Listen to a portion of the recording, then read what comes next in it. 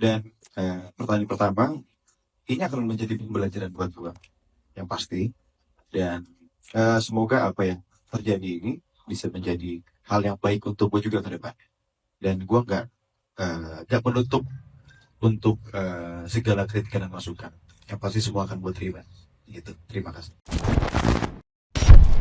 Aktor Abizar Al-Ghifari akhirnya menyampaikan permintaan maafnya usai pernyataannya belakangan ini membuat gaduh dan ramai di media sosial.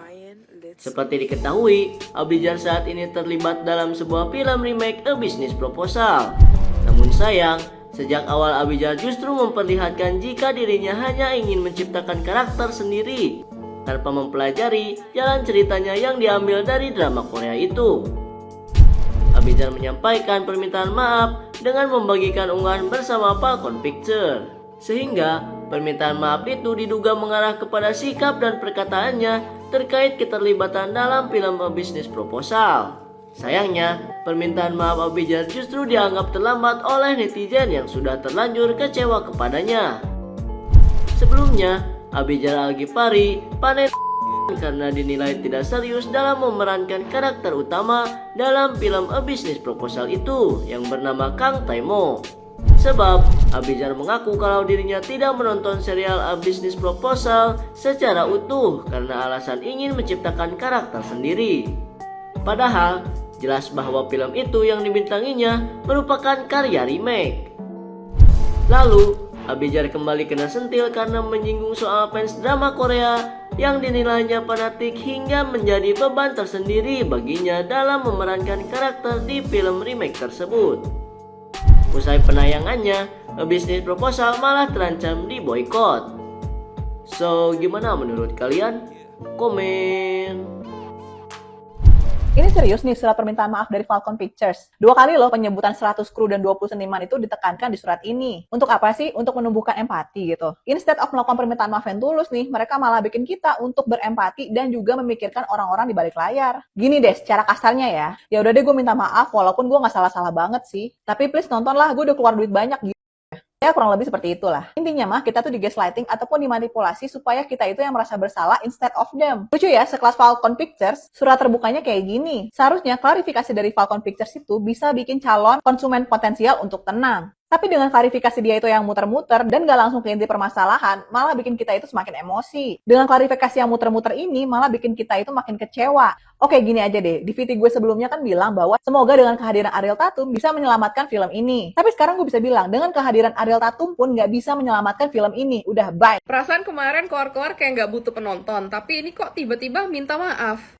Yes, jadi mereka udah mengeluarkan permintaan maaf kepada publik dari dua belah pihak, yaitu Falcon Pictures yang juga di-collab sama Abizar juga di Instagram. Dimana permintaan maaf ini tuh justru bikin netizen tuh makin ngamuk ya, karena kalau kalian baca ini, dari pihak Falcon Pictures ini malah minta kita itu berempati ya dengan 100 orang kru dan 20 seniman mereka yang memang membuat film ini tuh dengan sepenuh hati gitu. Tapi di komen-komen bukannya berempati, orang-orang malah bilang ya Abizar aja nggak bisa mengapresiasi dan menghargai ratusan kru dan seniman tersebut gitu dengan asal ngomong, asal nyeplos aja di interview-interview yang udah dia datengin gitu kan. Ya kayak ngapain kita netizen dan sebagai penonton itu malah harus berempati sama mereka gitu. Lah Kes, kamu aja nggak menghargai kru-kru yang ada di situ. Kayak aku paham, pasti pembuatan film itu tuh berat lah, nggak gampang ya, nggak gampang sama sekali, apalagi melibatkan banyak orang di dalam itu. Tapi justru itu yang harusnya dipikirkan sama Abizar nggak sih sebelum dia tuh menjawab pertanyaan-pertanyaan saat di interview.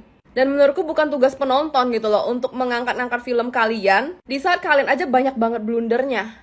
Terus juga mereka tuh ada bilang ini tuh adaptasi bukan remake. Nah ini juga sebenarnya kata orang-orang tuh blunder ya, karena kalau kalian tuh maunya adaptasi webtoon, judulnya tuh bukan Business Proposal harusnya, tapi The Office Blind Date. Ya ini mungkin karena udah kepalang basah ya, udah kepalang orang-orang pada marah gitu kan, karena dibilangnya remake Business Proposal tapi pemainnya pada nggak baca webtoon dan pada nggak nonton. Jadi si pihak produksinya juga mungkin klarifikasi ya kalau ini tuh sebenarnya adaptasi dari webtoon, bukan remake dari drakor Business Proposalnya. Ya again, karena mereka pasti butuh penonton, karena film ini tuh bakal tayang 2 hari lagi. Dan aku juga kurang setuju dengan pernyataan yang mengenai Kes tidak menyaksikan serial terlebih dahulu bukan karena kesombongan.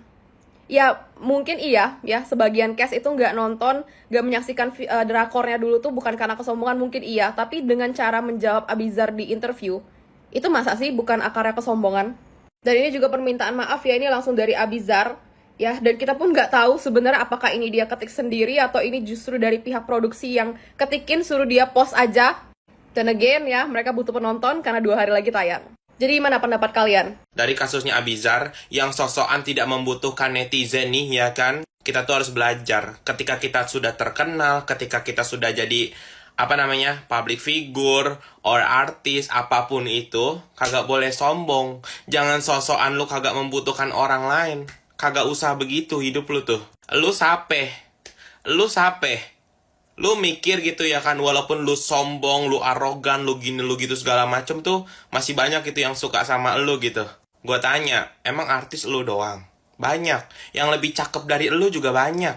Yang lebih glowing dari lu juga banyak, cok. Kagak usah sombong hidup lu. Kagak usah, ya kan? Mau lu dari keturunan mana juga, lu besar juga karena netizen, cok. Ya kan? Tanpa bantuan netizen lu kagak bakalan dikenal sape-sape, kagak bakal. Jadi please deh, kagak usah sombong hidup lu. Kagak usah sombong segala macam ngomong. Emang lu kayak diundang aja di gala premier. Lu aja main film lu kagak baca itunya, kagak nonton filmnya, ya kan? Kagak baca webtoonnya, ya kan? Lu cuma baca skrip doang, tapi lu kagak tahu alurnya kayak gimana tuh. Nah sekarang nih ya kan, gara-gara omongan lu, yang dirugikan berapa orang tuh? Coba sekarang filmnya, ratingnya berapa? 1,1. Udah kayak ituan, nilai adik gua tuh di TK dulu tuh. Udah dikata gua ya artis-artis nih segala macem nih yang udah kaya raya apa segala macem, jangan sombong. Oke, jangan sombong, jangan sosokan lu ngata-ngatain netizen. Wah inilah segala macem. Tanpa jari-jari netizen, lu gak bakalan terkenal. Tanpa jari-jari netizen, lu gak bakalan dapat duit, cok. Bener dah. Lu terkenal juga gara-gara netizen. Jadi jangan sok-sokan orang kagak tau diri lu begitu tuh. Bener dah. Istighfar. Banyak-banyakin istighfar dah hidup lu, bener dah. Kalau lo nggak suka, nggak usah ditonton. Masih banyak orang selain lo yang mau nonton. Masalahnya orang siapa? Orang-orangan sawah. Rating lo udah jatuh. Dijatuhin netizen. Coba lu buka bisnis proposal Indonesia. Lihat di Google ya. Lihat ulasan ini banyak banget bintang 1 anjlok. Tapi dari sekian banyak bintang 1, ada satu komenan ya dari mbak-mbak netizen ini yang buat gue menohok ya. Nama dia Salma Khairul Sultana. Izin ya, gue kasih nih di atas nih ya. Kita baca sama-sama ya. Kata tukang somai. Duh, gue harus marah nih. Kata tukang somai. Gue harus marah.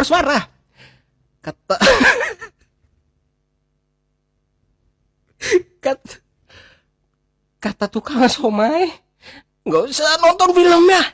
Oke, saya lebih tidak nonton dan melanjutkan maraton drakor sambil rebahan.